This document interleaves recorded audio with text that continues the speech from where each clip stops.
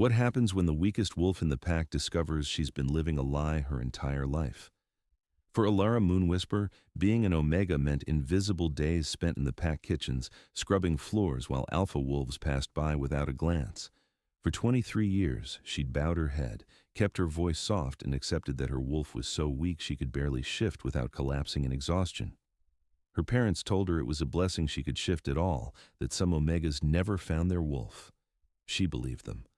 But when Alpha King Darius Blackthorn rejected her in front of 300 wolves during the sacred mating ceremony, choosing the beautiful Beta Seraphina Wild instead, everything changed. The bond that had formed between them, fragile and golden and full of impossible hope, shattered like glass in her chest. And what happens next? No one was prepared for. Not the king who threw her away, not the guards who dragged her to the border, not even Alara herself. Because when that bond broke, it didn't just break her heart, it broke something much older, much more powerful, something that had been locked away since the day she was born. The Northern Ridge Pack had stood for 300 years in the shadow of the Howling Mountains, their territory stretching across forests thick with ancient pine and meadows that bloomed purple with wolfsbane each spring. The pack house itself was a sprawling stone fortress, its walls covered in climbing ivy and windows that glowed amber when the fires were lit at dusk. Alara had spent most of her life in the lower levels, in the kitchens where Omega wolves prepared meals for the warriors, or in the laundry rooms where she scrubbed blood from training tunics. Her hands were always raw, her wolf always silent, a faint presence in the back of her mind that felt more like a shadow than a living thing. Her scent was subtle, lavender and morning dew with something underneath like wildflowers in a forgotten field. Other wolves barely noticed it. Omegas weren't supposed to have strong scents, they weren't supposed to be noticed at all. She'd grown up watching the ceremonies from the back of the gathering hall, the marking ceremonies where wolves found their fated mates and sealed their bonds with glowing symbols that appeared on their skin. The challenge ceremonies where young wolves fought for rank, the full moon runs where the pack shifted together and raced through the forest, their howls echoing off the mountains. Alara was never fast enough to keep up. Her wolf form was small, barely larger than a natural wolf, her fur a pale silver gray that seemed to fade into mist. After the third time she'd collapsed during a pack run, her parents had gently suggested she stay behind. For her own safety, they said, for her own good. Her mother, Leanna, worked in the pack archives. Her father, Corvin, tended the gardens. Both were betas, respectable enough, but they'd produced an Omega daughter, and the shame of it hung over them like a cloud. They loved her, Alara thought. They just wished she were different. The day of the sacred mating ceremony arrived on the autumn equinox, when the veil between worlds was thinnest and the moon goddess walked closest to her children. Every unmated wolf over 20 gathered in the ceremonial clearing, a perfect circle of ancient stones where generations had found their destined mates. Alara hadn't wanted to go. She was 23, past the age when most wolves found their mates, and she couldn't imagine the moon goddess had chosen anyone for her. But attendance was mandatory. The entire pack would be watching. She'd borrowed a dress from another Omega, pale blue, simple, nothing that would draw attention. She'd braided her dark hair and kept her eyes down as she walked to the clearing just after sunset. The stones glowed with moonlight, carved with runes that pulsed silver. 300 wolves formed rings around the circle, organized by rank. Alphas in the inner ring, betas in the middle, Omegas on the outer edge. Alara found her place and tried to make herself smaller. Alpha King Darius Blackthorn stood at the center of the circle, and the sight of him made her breath catch. He was 28, crowned king 2 years ago when his father fell in battle against a rogue pack from the Western Territories. He stood 6'4" in human form, his shoulders broad and his presence so commanding that weaker wolves dropped their eyes automatically. His hair was dark as midnight, his eyes a striking amber that seemed to glow in the moonlight. His scent rolled across the clearing, forest after rain, smoldering embers, ozone before a storm, and underneath it all, cold steel. He wore the ceremonial armor of his rank, black leather and silver buckles, the symbol of his pack, a wolf beneath a crescent moon, etched into the chest plate. He was looking for his mate tonight. Everyone knew it. The pack needed a queen, needed heirs, needed the strength that came from a bonded alpha pair. Seraphina Wild stood 3 spaces to his left in the Alpha ring, her red hair flowing like fire down her back, her green eyes locked on Darius with naked hunger. She was beta-born, but had clawed her way to Alpha rank through sheer viciousness, and everyone assumed the moon goddess would bind her to the king.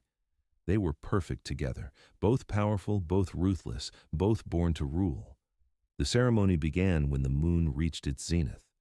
The pack elder, a woman named Moira, whose white hair hung to her waist and whose eyes had filmed over with age but still saw everything that mattered, stepped into the center of the circle. Her voice rang out, amplified by ancient magic. Children of the moon, we gather under her light to honor the bond she weaves. Tonight, the veil is thin. Tonight, the goddess speaks. Let those who seek their destined mate step forward and open their hearts to her will. The unmated wolves stepped forward, Alara shuffling with the other Omegas. Her heart pounded so hard she thought it might crack her ribs. This was just ceremony. Nothing would happen. She'd go home after, back to the kitchens, back to her invisible life. The elder raised her hands and began the chant, words in the old language that thrummed with power. The moonlight intensified, pouring down like liquid silver, and Alara felt something stir in her chest, something warm, something that had been sleeping. Then, pain. Sharp and sudden, like a hook catching in her sternum and pulling. She gasped, pressing her hand to her chest, and felt it, a thread, golden and impossible, stretching across the clearing, stretching toward the center, toward the king. No, that wasn't possible. But the thread pulled tighter, glowing brighter, and she looked up to find Darius staring at her. His eyes were wide, his hand pressed to his own chest, and she saw the exact moment he felt it too. The bond, snapping into place, between them, like the universe clicking into alignment. The scent of lavender and morning dew washed over the clearing, suddenly amplified 1,000-fold, and 300 wolves turned to stare at Alara. She wanted to run, wanted to disappear, but the bond held her frozen, the golden thread between them singing with recognition. Mate, mate, mate. Darius crossed the clearing in 4 long strides, and the crowd parted before him like water. He stopped in front of her, towering over her, his scent wrapping around her until she could barely breathe. His amber eyes searched her face, and for one impossible moment, she saw something soft there, something almost like wonder. You, he breathed, an Omega? The word landed like a slap. Murmurs rippled through the crowd, shock, disbelief. An Alpha King couldn't mate an Omega. It was unprecedented, unthinkable. The pack needed a strong queen, not a wolf who could barely shift without collapsing. Seraphina's voice cut through the whispers, like a blade. This is a mistake. The moon goddess wouldn't bind you to that. Darius's jaw tightened. Alara watched emotions war across his face. The pull of the bond fighting against logic, duty, pride. She knew what he was going to do before he opened his mouth. She felt it in the way the golden thread began to fray. I, Darius Blackthorn, Alpha King of the Northern Ridge Pack, reject this bond. The words hung in the air for one crystalline moment. Then the thread snapped. Pain exploded through Alara's chest, white-hot and all-consuming, like someone had reached inside her ribcage and torn out her heart while it was still beating. She screamed, the sound raw and animal, and collapsed to her knees. Around her, wolves gasped and stepped back, because everyone knew what a rejection felt like, but few had ever witnessed one at a ceremony. The bond shredded, each thread ripping away like skin peeling from muscle, and Alara convulsed on the stone ground while 300 wolves watched. Blood dripped from her nose, her vision whited out. Somewhere far away she heard her mother crying, but her parents didn't move from their place in the crowd. When the pain finally receded to a manageable agony, Alara looked up through tears to find Darius standing above her, his face carved from stone. His hand was pressed to his chest, his own pain visible in the tension of his jaw, but his eyes were cold. Remove her, he said to the pack guards. She is no longer welcome at Northern Ridge. 2 guards hauled Alara to her feet. Her legs wouldn't hold her weight. The scent of lavender had turned acrid, mixing with blood and tears and humiliation. Alpha, please, she heard herself whisper. I have nowhere to go. You should have thought of that before the moon goddess made her mistake. Serafina appeared at Darius's side, sliding her hand possessively into his. Her scent, cinnamon and iron, and something like blood, mixed with his. And Alara watched numbly as the Alpha King turned away from her, turned toward a woman he'd chosen, a woman who was strong enough, powerful enough, worthy enough to stand beside a king. The guards dragged Alara from the ceremonial clearing. She caught one glimpse of her parents in the crowd, her mother's face buried in her father's chest, her father's eyes locked on the ground. Neither of them moved, neither of them spoke. The pack laws were ancient and absolute. A rejected mate was cast out, banished beyond pack borders with nothing but the clothes on their back.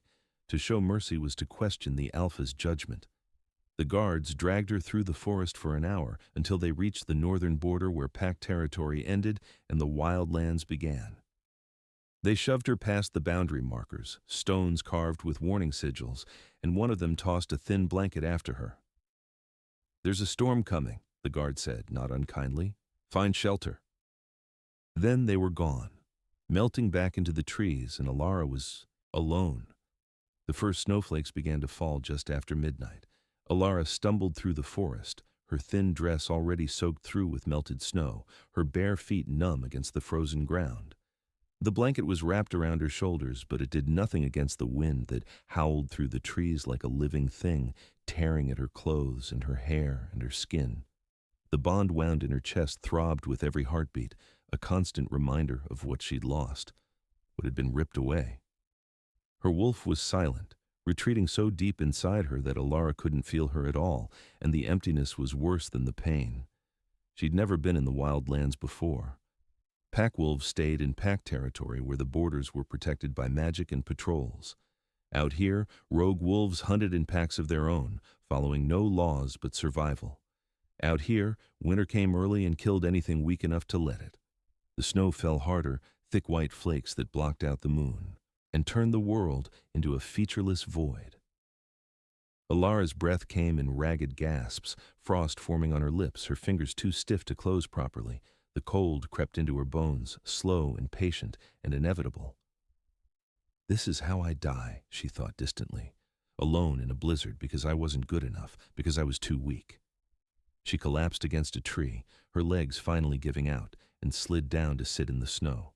The cold didn't hurt anymore. That was a bad sign, she knew.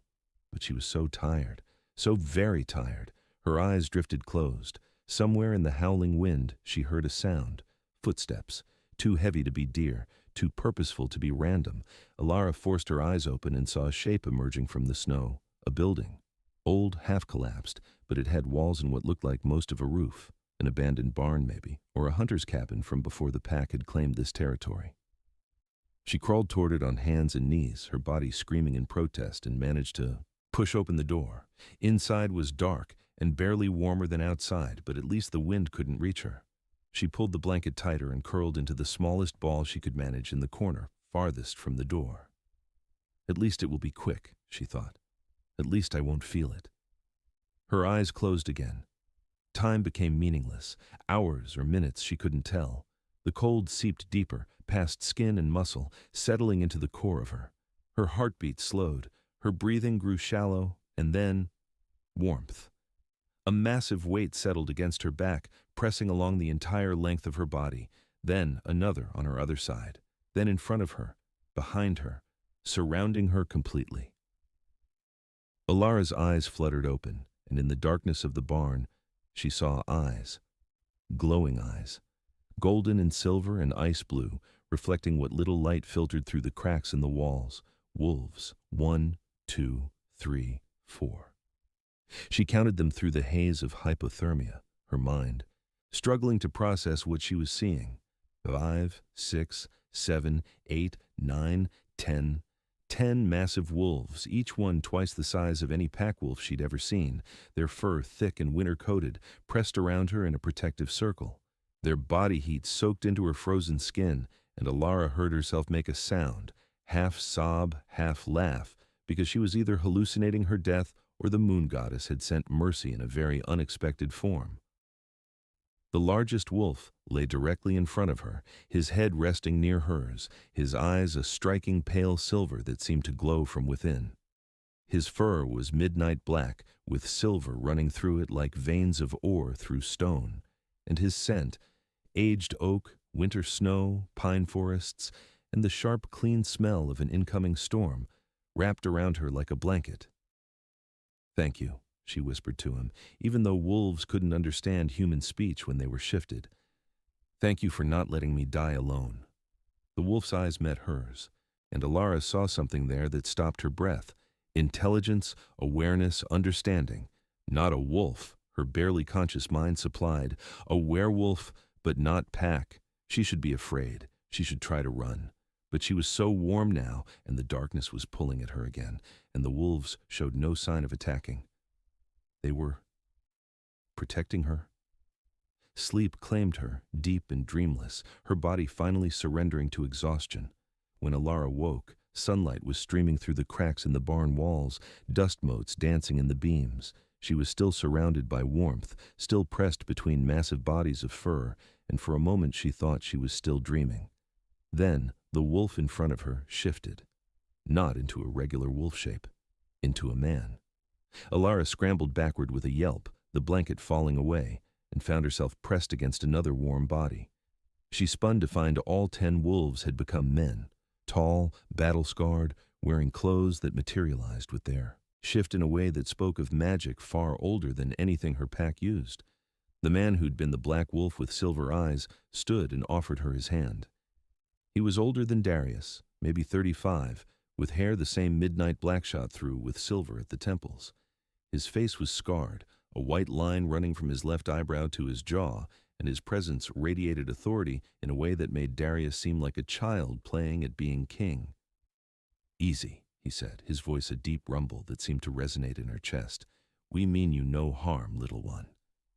"Who are you?" Alara's voice came out as a rasp. "What are you?"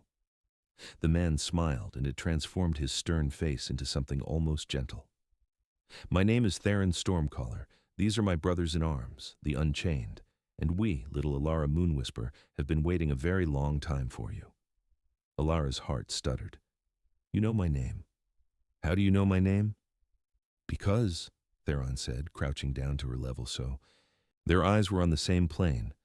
"A prophecy told us you would come, a prophecy as old as the moon goddess herself." The barn suddenly felt too small, too warm, her mind reeling. "I don't understand." "You will." Theron gestured to the other men, who were spreading out around the barn, checking the walls and setting up what looked like a makeshift camp. "First, you need food and water. You need warmth and rest. Then," his silver eyes held hers, "then we need to talk about who you really are. Because that Alpha King made a mistake. He didn't just reject his mate, he rejected the matriarch."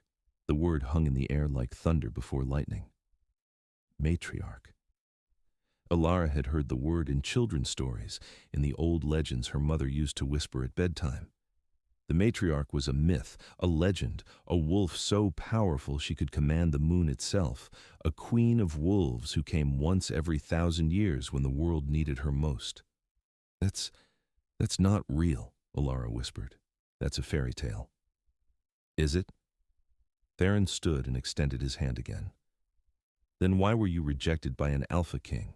Why did the moon goddess herself forge a bond between the weakest Omega in the pack and the strongest Alpha? Why did you survive a blizzard that should have killed you in an hour?" "I survived because you saved me. We found you because the prophecy told us where to look."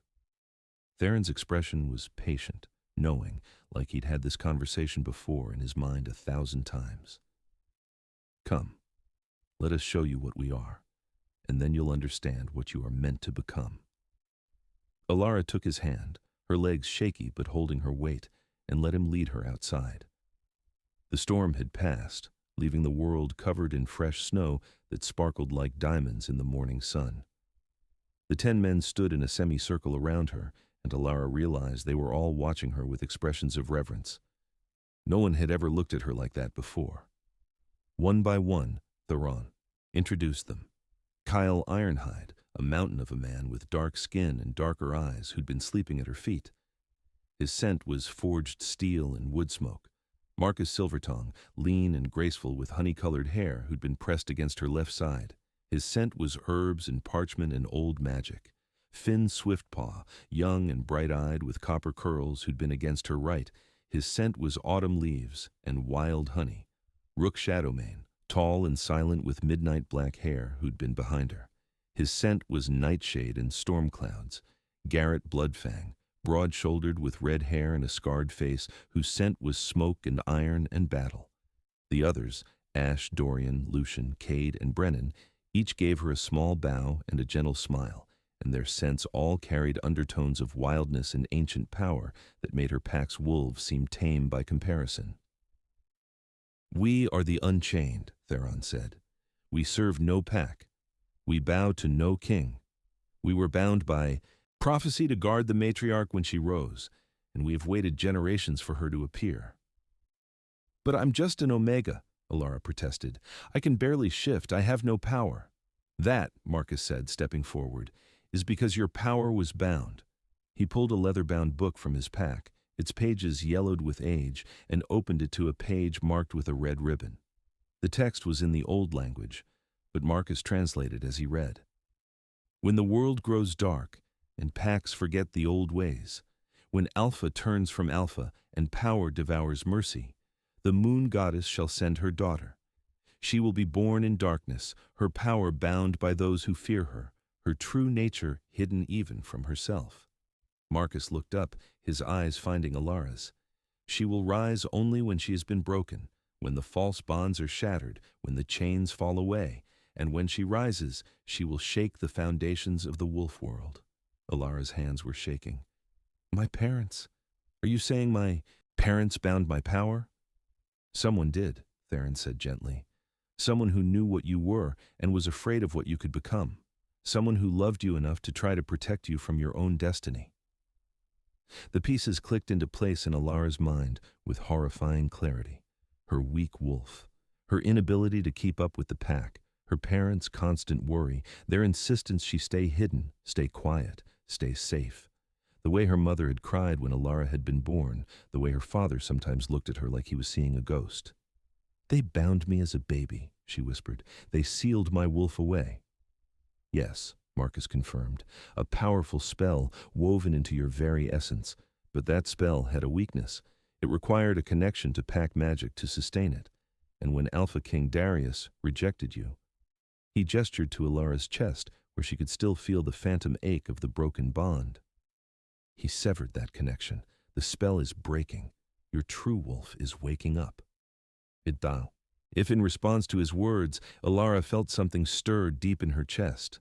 Not the faint shadow she'd carried her whole life, but something massive, something powerful, something that had been sleeping for 23 years and was very, very hungry to be free. "I can feel her," Alara gasped, pressing her hand to her heart. She's huge." "She's you," Theron said. "She's who you were always meant to be." Over the next 3 days, the Unchained set up camp in the abandoned barn and surrounding forest. They hunted fresh game, built fires, and created a small sanctuary in the wilderness, and they told Alara everything. The prophecy had been whispered for 1,000 years, passed down through the oldest wolf bloodlines. The matriarch would come when the wolf world had fallen into chaos, when packs fought over territory and alphas valued power over wisdom. She would unite the packs under her rule, restore the old ways, bring balance back to their kind. But she would be born hidden, disguised as the weakest of wolves, so that she could learn humility and compassion before she learned power. Only through suffering would she understand what true strength meant. "The moon goddess loves her children," Marcus explained one night as they sat around the fire. "But she is not always kind. Sometimes the greatest gifts come wrapped in the harshest trials." Alara's wolf grew stronger every day. She could feel her now, a constant presence in her mind, no longer silent but speaking in feelings and images and instincts. The bind was weakening, fracturing, and power leaked through the cracks like water through a breaking dam. On the 4th morning, Theron found Alara standing at the edge of the forest, staring at her reflection in a half-frozen stream. "You feel it," he said. It wasn't a question. "She wants out," Alara whispered. "She's been trapped for so long. She's angry. Let her out. I don't know how. Every time I try to shift, I get halfway and collapse. I'm not strong enough. You're not weak, Theron interrupted, his voice firm. You've never been weak. You've been carrying the weight of two wolves inside a body meant for one. You're a surface wolf that you've been shifting into, and your true wolf locked underneath. The surface wolf is exhausted because she's been holding your true self down for 23 years. Do you understand? Alara's breath caught. So when I shift, don't shift into what you think you are.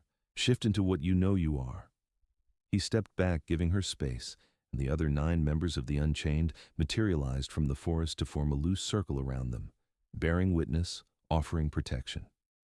Alara closed her eyes and reached deep inside herself, past the weak, trembling thing she'd always thought was her wolf, down to the massive presence that had been waking up piece by piece. She touched it, and it touched her back, and the recognition that flooded through her was like coming home. Finally, Wolf said, and Alara heard her voice for the first time, not a whisper, not a shadow, but a roar that shook her from the inside out. Finally, we can be whole. The shift began, but it was nothing like her previous shifts had been. There was no pain, no sense of bones breaking and reforming. Instead, her bones flowed like water, reshaping themselves with fluid grace. Her skin tingled as fur emerged, not the pale silver gray she was used to, but a luminous white shot through with threads of gold that caught the morning sunlight and glowed. Her body expanded. Not the small shift she'd known, but growing, until she towered over her previous wolf form. Power flooded her muscles, her senses exploded outward, and she could suddenly smell everything, the individual scents of each of the Unchained, the deer hiding half a mile away, the storm gathering in the mountains to the north, the magic that saturated the earth beneath her paws. When the shift completed, Alara stood on 4 legs and felt the world settle into place around her. She was massive. Larger than any alpha she'd ever seen, larger even than Theron in his wolf form. Her fur rippled with an inner light, and when she looked down at her reflection in the stream, her eyes glowed pure silver gold, like the moon at its fullest. The Unchained dropped to one knee in unison, their heads bowed. Matriarch, Theron said, his voice carrying the weight of absolute certainty. Welcome home. Alara lifted her head and howled. The sound tore from her throat like an avalanche, like thunder, like the voice of the moon goddess herself. It echoed off the mountains and rolled across the forest, and she felt every wolf within 100 miles freeze at the sound. Felt them turn toward her, instinctively recognizing the call of something ancient and powerful and utterly dominant. The trees trembled. The snow on the ground rippled outward in waves. And Alara felt the last pieces of the binding spell shatter like glass. She was free.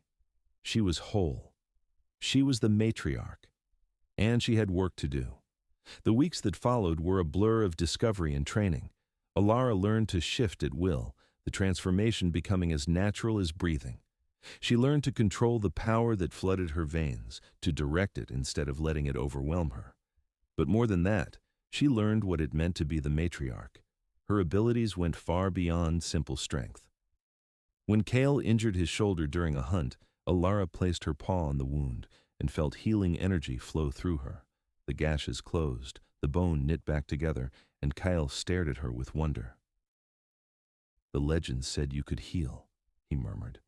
But I never believed. She could sense emotions through scent with perfect clarity now. Finn's excitement smelled like spiced cider and lightning. Marcus's contemplation carried undertones of old books and rain. Theron's approval was aged whiskey and wood smoke. And she could command. When a small pack of rogues stumbled across their camp one evening, 5 males, lean and desperate and dangerous, Alara stepped forward in human form and felt power coil in her throat. Leave, she said, and the word carried weight that pressed down on the rogues like a physical thing. They ran without question, their tails between their legs, and didn't stop until they were miles away. An alpha voice, Garrett said, watching them flee. But stronger. You didn't just suggest, you compelled. Is that normal? Alara asked. For the matriarch? Theron smiled. It's only the beginning. The Unchained became more than her guards. They became her family. Finn taught her to hunt properly, to use her enhanced speed and senses to track prey through the forest. They spent hours racing through the trees, Finn laughing as Alara slowly learned to let go of her fear and trust her instincts. Marcus taught her the old stories, the history of their kind that had been forgotten by most packs. He showed her texts in the old language and patiently helped her learn to read them, revealing prophecies and legends and warnings about the path ahead. Kyle taught her to fight, not the formal combat training used in pack challenges, but dirty, practical fighting meant for survival. He was gentle but thorough, and Alara discovered she was faster than she'd ever imagined, stronger, her reflexes sharp as broken glass.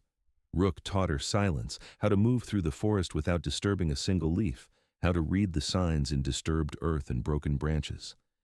He rarely spoke, but when he did, his words carried weight. The others, Garrett, Ash, Dorian, Lucian, Cade, and Brennan, each contributed their own skills. Tracking, strategy, survival, reading weather patterns, identifying useful herbs, understanding pack politics. But more than skills, they gave her confidence. Every time she accomplished something new, they celebrated. Every time she stumbled, they encouraged. And slowly, Alara began to see herself the way they saw her, not as a weak Omega, but as a queen being forged in fire. Theron spent the most time with her, and Alara found herself drawn to him in ways that both thrilled and terrified her. He was patient with her mistakes, fierce when teaching her to defend herself, gentle when her memories of the rejection threatened to overwhelm her. His scent, aged oak and winter snow and storm, became her favorite smell in the world. One night, 2 months after her transformation, they sat together by the fire while the others slept. The stars above were so bright they seemed close enough to touch, and the forest hummed with life around them. "Can I ask you something?" Alara said quietly. "Always. The prophecy said you'd been waiting for me, but it never said, what happens after? Am I supposed to go back to the northern ridge, face Darius?" Theron was quiet for a long moment, his silver eyes reflecting firelight. "The prophecy says you'll unite the packs, that you'll bring the wolf world back to balance, but it doesn't say how. That part," he looked at her, "that part is up to you. What if I don't want to unite the packs?" The words tumbled out before Alara could stop them. "What if I just want to stay here, with you and the Unchained? What if I'm tired of pack politics and hierarchies and all the things that made me feel small my entire life? Then that is your choice." Theron reached out and tucked a strand of hair behind her ear, the gesture so gentle it made her chest ache. "You are the matriarch, Alara. You bow to no one, not even prophecy. The moon goddess might disagree." "The moon goddess," Theron said with a small smile, "sent you to us. She let you suffer so you'd learn compassion. She broke you so you'd learn how to heal. I think she knows exactly who you are and what you'll choose." Alara leaned against his shoulder, letting his warmth seep into her, and felt something settle in her chest. Not a bond like the one that had shattered with Darius. Something softer, something chosen. "What if I choose you?" she whispered. Theron's arm came around her shoulders, pulling her closer. "Then I would count myself the luckiest wolf alive."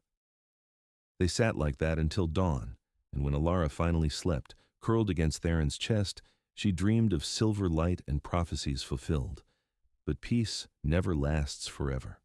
The scout found their camp 3 days later.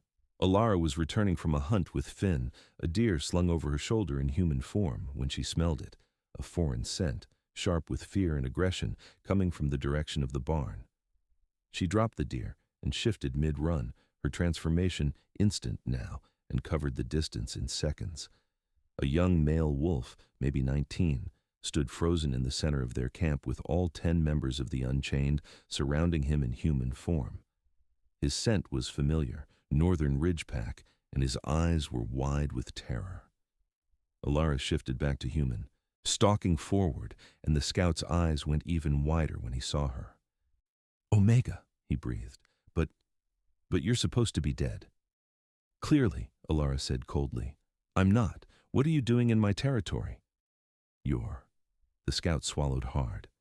"Alpha King Darius sent patrols to search for rogues. There have been attacks on the southern border, and he thinks they're coming from these woods. I was just scouting. I didn't know anyone lived here. I swear I'll leave." "You'll leave," Theron agreed, stepping forward, "but not before you deliver a message." The scout's eyes darted between Theron and Alara, clearly trying to understand the dynamics. "What message?" Alara felt her wolf rise up inside her, felt power coil in her throat, and when she spoke, her voice carried the weight of absolute authority. "Tell Alpha King Darius Blackthorn that the Omega he rejected has found her true form. Tell him that the matriarch has risen, and tell him that if he ever sets foot in my territory again without permission, I will show him what real power looks like." The scout's knees buckled, and he dropped into a bow, his head pressing to the ground. "Yes, matriarch, I'll tell him, I swear." "Go." The scout ran, shifting mid-stride into a gray wolf, and disappeared into the trees. Silence fell over the camp. "Well," Finn said cheerfully, "that's going to cause some chaos." "They'll come," Garrett said, his voice grim. "Once Darius hears this, he'll have to respond. He can't let a rogue wolf claim territory without challenging her." "Let them come," Alara said, and was surprised by how calm she felt. "I'm tired of hiding. I'm tired of being afraid. If they want to fight, I'll give them one." Theron's eyes met hers, and she saw approval there mixed with concern. "Then we prepare for war." The northern ridge pack arrived 4 days later. Alara smelled them before she saw them, 25 wolves, maybe 30, their combined scents carrying aggression and uncertainty in equal measure. They stopped at the boundary markers the Unchained had placed around their territory, crude stones carved with warning symbols, and she felt Darius's power pushing against the invisible line. The Unchained assembled behind her in human form, a wall of muscle and scars and absolute loyalty. Alara stood at the front, wearing simple leather pants and a tunic they'd made for her, her white hair unbound and falling to her waist, her eyes glowing with inner power. Darius emerged from the tree line first, shifting from wolf to human as he crossed the boundary. He wore his ceremonial armor, the symbol of his pack gleaming on his chest, and his amber eyes locked on Alara with an expression she couldn't read. Behind him, Seraphina appeared, her red hair braided for battle, her green eyes narrowed with hatred. 23 other wolves remained in wolf form, flanking their alpha, ready to attack on his command. "Alara," Darius's voice was carefully controlled. "I was told you survived. I'm glad." "Are you?" Alara's voice was flat, emotionless. "Or are you worried about what it means that the Omega you rejected is still alive?" "I heard what you told my scout." Darius took a step forward, and immediately all 10 of the Unchained shifted into defensive positions. He froze. "I heard you claim to be the matriarch. That's a serious claim." "It's not a claim. It's a fact." Seraphina laughed, the sound sharp and mocking. "You expect us to believe that? That the weakest Omega in pack history is suddenly some legendary queen? You're delusional." Alara didn't look at Seraphina. She kept her eyes locked on Darius, and she saw the exact moment he noticed she was different. The way his nostrils flared, catching her scent. Lavender and morning dew, yes, but underneath it now was power, pure and undeniable, that made his wolf instinctively want to submit. "I didn't come here to convince you," Alara said. "I came here to give you one chance to leave peacefully. This is my territory.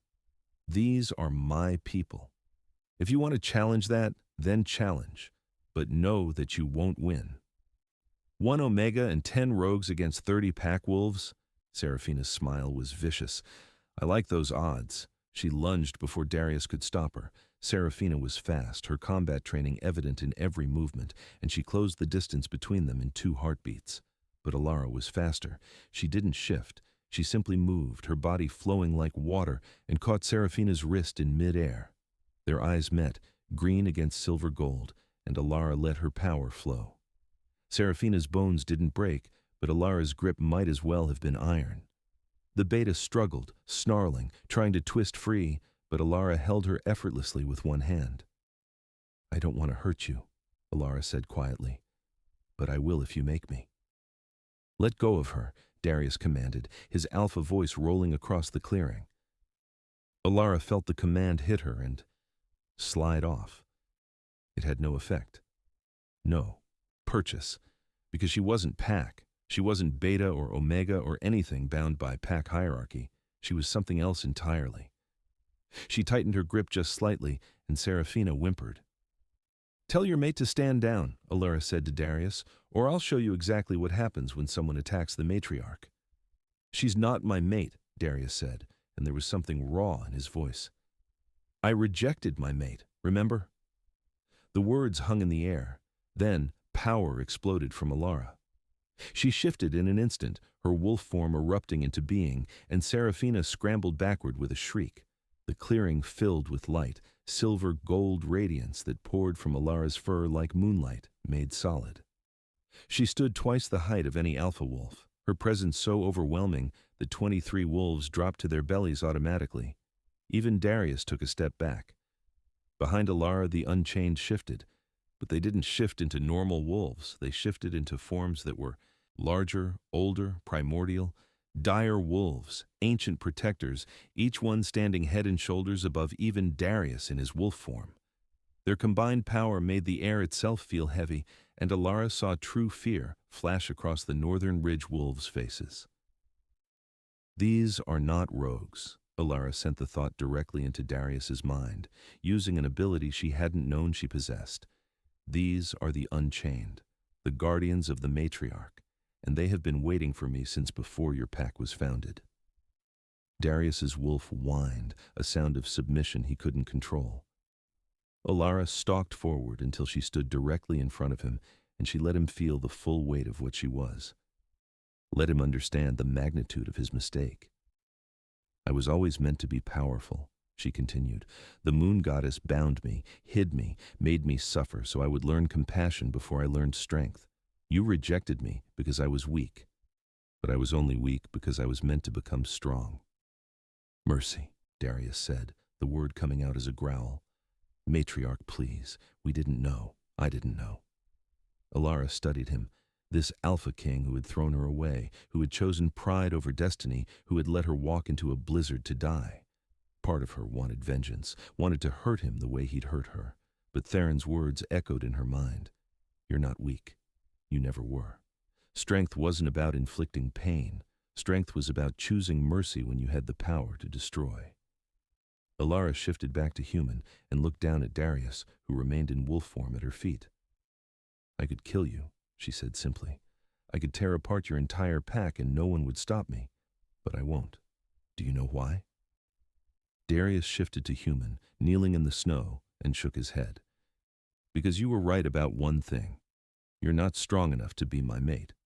But that doesn't mean you're not worth saving." Alara glanced at the assembled Northern Ridge wolves. "Here are my terms. This territory is mine. You will mark it on your maps and respect the boundaries. Any wolf who seeks sanctuary from their pack can come here, and I will protect them. In return, I won't interfere with your pack unless you give me reason to." "That's generous," Darius said carefully. "I'm not finished." Alara's voice hardened.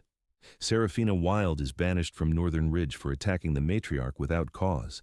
She can join a different pack or live as a rogue, I don't care, but she's done in your territory." Serafina made a sound of protest, but one look from Alara silenced her. "And one more thing," Alara said, her eyes finding Darius's. "The pack laws about rejected mates need to change. No more throwing away wolves because they don't fit someone's vision of perfection. No more leaving them to die in blizzards. If you're going to be Alpha King, act like one." Darius bowed his head. "It will be done, matriarch." "Good." Alara stepped back, feeling Theron's presence at her shoulder, his support radiating through their growing bond. "Now leave my territory, and don't come back unless you're invited." The Northern Ridge pack retreated, Serafina slinking away at the rear of the group, and Alara watched them go with a strange sense of closure. "You showed mercy," Theron said quietly once they were alone. "I showed strength," Alara corrected. "There's a difference." He smiled and pulled her into his arms, and Alara let herself relax into his embrace. The confrontation had been necessary, but that didn't mean it hadn't taken its toll. "What now?" she asked. "Now," Theron said, pressing a kiss to her temple, "you rest. You've earned it." But they both knew it wasn't over. This was just the beginning. Word spread quickly through the wolf world. The matriarch had risen. The Omega who was rejected had become the most powerful wolf in living memory. Packs sent scouts to investigate, to verify, to judge if the rumors were true. Alara greeted them all the same way, with strength tempered by fairness, with power that invited respect rather than demanding it. Some packs swore fealty immediately, recognizing her authority and joining her growing coalition. Others remained neutral, watching and waiting. A few, the most traditional and stubborn, declared her a false prophet and closed their borders. Alara let them. She wasn't interested in forcing wolves to follow her. She was interested in building something new, a network of packs that valued all wolves, not just the strongest, that protected the vulnerable, that remembered the old ways while forging new ones. 6 months after her transformation, Ilara stood in the center of what had once been an abandoned barn and was now the heart of a thriving sanctuary. The structure had been expanded, reinforced, turned into a proper hall where wolves from a dozen different packs could gather safely. The Unchained stood at her sides, her found family, her protectors, her truest friends. Theron stood closest, and when she reached for his hand, he took it without hesitation. They'd performed their own mating ceremony 2 months ago, a private affair with just the Unchained as witnesses. No formal bonds, no public declarations, just 2 wolves choosing each other, building something real and lasting based on trust and understanding rather than destiny. Alara's parents had come to see her 3 weeks after the confrontation with Darius. They'd knelt before her and confessed everything. How they'd bound her power as an infant, because the pack elder had prophesied she would tear the wolf world apart, how they'd spent 23 years trying to keep her safe and hidden, how they'd failed her in the moment she needed them most. Alara had listened to their confession and their tears, and then she'd done something that surprised them. She'd forgiven them. Not immediately, not completely, but she'd given them a path to earn back her trust. She understood now, in ways she hadn't before, that sometimes love looked like terrible choices made from a place of fear. They visited once a month now, slowly rebuilding what had been broken. As the sun set behind the mountains, casting long shadows across the sanctuary, Alara felt her wolf stir with contentment. This was what she'd been meant for, not ruling through fear or domination, but creating a place where wolves could be safe, could be themselves. A young female Omega arrived that evening, her packmark freshly removed from her shoulder, her eyes wide and frightened. She'd run from an alpha who'd tried to force a bond, and she'd heard rumors of a place where Omegas were protected. Alara met her at the gate personally, offered her food and shelter and safety, and watched the fear slowly drain from the young wolf's face. "Thank you," the girl whispered. "Thank you, matriarch." "Just Alara," Alara corrected gently. "And you're welcome here as long as you need." As the girl was led inside by Finn to get settled, Theron appeared at Alara's side. "Another one saved," he said softly. "Another one safe," Alara agreed. They stood together in comfortable silence, watching the stars begin to emerge. In the distance, a blood moon was rising, a rare celestial event that happened once a decade, painting the sky in shades of crimson and amber. Alara felt her wolf stir uneasily. Blood moons were powerful, liminal times when the veil between worlds grew thin and ancient things stirred in the darkness. The last time one had risen, according to Marcus's books, it had preceded a great war between the packs. "Do you feel that?" Theron asked, his voice tense. "Something's coming," Alara confirmed. "Something big." But she wasn't afraid, not anymore. She had power now. She had family. She had purpose. Whatever was coming, she would face it. And she would win. Because she wasn't just Alara the Omega anymore. She wasn't even just Alara the Matriarch. She was Alara Stormcaller, maid of Theron, queen of the sanctuary, protector of the lost. And broken, and the most powerful wolf the world had seen in 1,000 years. And this was only the beginning of her story. And so, Alara Moonwhisper's journey from cast-out Omega to legendary matriarch shows us that our greatest trials can become our greatest strengths. Her story reminds us that being broken doesn't mean being defeated. Sometimes it means being forged into something stronger than we ever imagined possible. What do you think about Alara's transformation? Would you have shown mercy to the Alpha who rejected you?